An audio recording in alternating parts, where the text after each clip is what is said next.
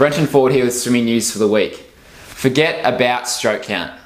Now, why would I say that when I talk a lot about stroke count? So do most other coaches. Well, the fact of the matter is that very few swimmers, I'd say 1 in 20, actually do stroke count. Now, stroke count's when you are counting your strokes for each lap and you're working on maintaining the same stroke count or reducing it as much as you can. So ideally you want to have a lower stroke count because it uses less energy and it's more efficient. Now, most swimmers don't do it, so that's why I say forget about it, because you're not doing it already. But if you want to improve as a swimmer, then start to count your strokes. Now, one of the best times to do it is in your main set. Let's say you've got 5 200s and you're working on getting faster for each one. Count your strokes for each lap that you do, and if you can maintain the same stroke count as you get faster, then you're becoming more efficient as a swimmer, and eventually your times will come down and you'll become better in the water and better with your technique.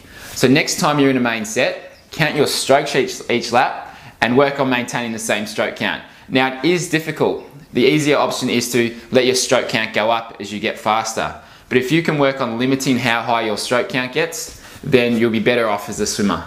One of the biggest differences I see between faster swimmers and slower swimmers is that the slower swimmers aren't rotating their upper body enough to get their arm in the right position in their recovery for freestyle.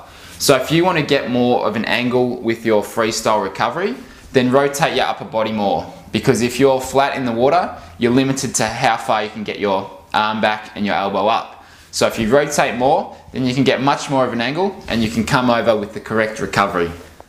Last week I talked about the 3-month plan that I've got for my squad as we lead into the main open water event for the season, which is the Pier to Pub, which is a 1.2k swim here in Victoria that we're targeting. Now, I've put together that 3-month plan. It's available for you to download for free, and you can just see what we're going through for the next 3 months as we lead up to our main open water event.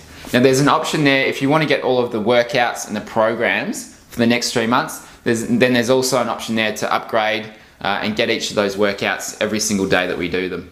Now, butterfly is great cross training for swimming. It's very good to get you fit, and it's also good to mix up your strokes, apart from doing freestyle. So if you want to improve your butterfly, there's 2 things which I recommend. The first one is when you come over in your recovery, rather than leading with your thumbs as they come over, lead with the back of your hands. So the back of your hands should be facing the end wall as you come over. And the second thing is, you should be staying relaxed in your recovery. If you're tense and you're trying to force your arms over, then you'll find it very difficult to keep the right rhythm and the right timing for your stroke. So keep your arms wide as they come around and keep them relaxed, and keep the back of your hands facing the end wall. Now, have you ever been told by your friends or your family that you smell like chlorine? I remember going on the school bus to school every day, and I'd always get told that I smelled like chlorine. But of course, I didn't know about it because you become immune to it once you're in the pool a lot. But if you want to get rid of that smell and get rid of the chlorine feel in your hair and on your body, then this stuff is very good. It's called swim spray. I got sent 2 bottles of it by Andrew, who's the guy who invented it. And I've been using it for the last week, and I've found it very good. It actually works very well.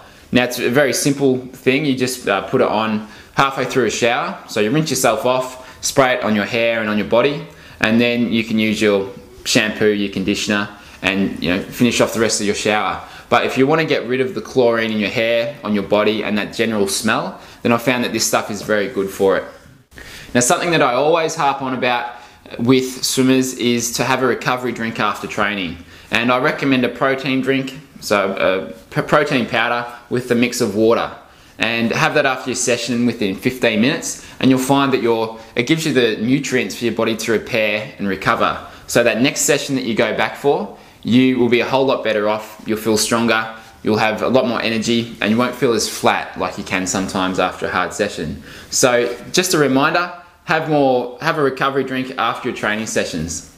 If you found this video helpful and you found some of the tips useful, don't forget to share it with your fellow triathletes and your friends and other swimmers that you know, because as a coach, I know how important it is to see swimmers progress and improve. So there's nothing worse than stagnating or plateauing in your speed. So if you know a few swimmers or triathletes that would enjoy these kinds of tips, share it with them and help them out. I'm looking forward to seeing you next week.